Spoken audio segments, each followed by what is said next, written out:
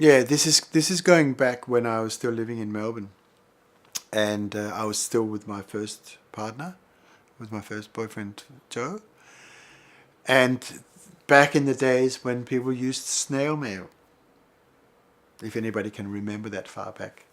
So I received a letter from my twin sister, and she said that she wanted to get married, but on one condition: I had to be there. And I had already planned at this stage that I was going to Denmark, but I was going in winter. And instead of sending her another letter, I then thought, okay, I'm going to call her. And I called her and said, I've got good news for you. You can get married. I'm going to be there, but you're going to get married in winter. He said, okay, it's fine. So she got married in February. And she said, oh, by the way, I have another favor to ask you.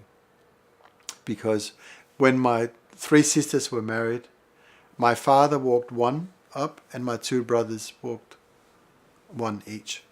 So the three of them, so my father and my two brothers walked one up each.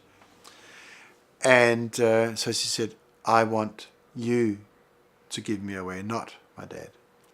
Because we had such a great connection. Nobody even questioned, including my dad, nobody questioned her decision to have me give her away.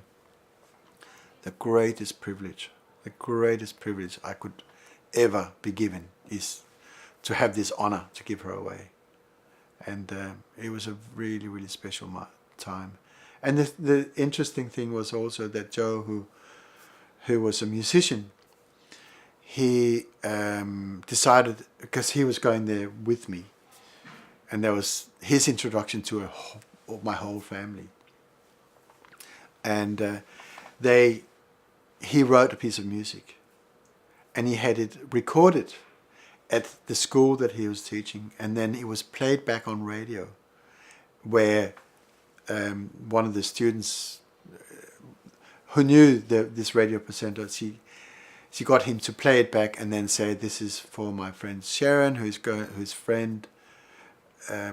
sister is getting married in Denmark. And so their present was the handwritten sheet music and this tape of this being played on the radio. So that was really, really special. That was super special. Yeah. So, and when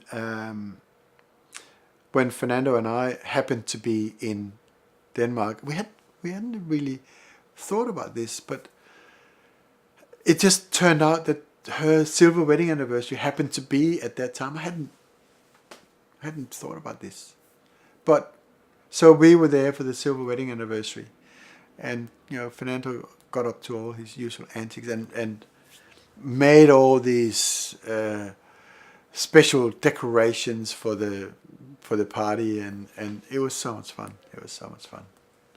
So my family loves Fernando, loves him.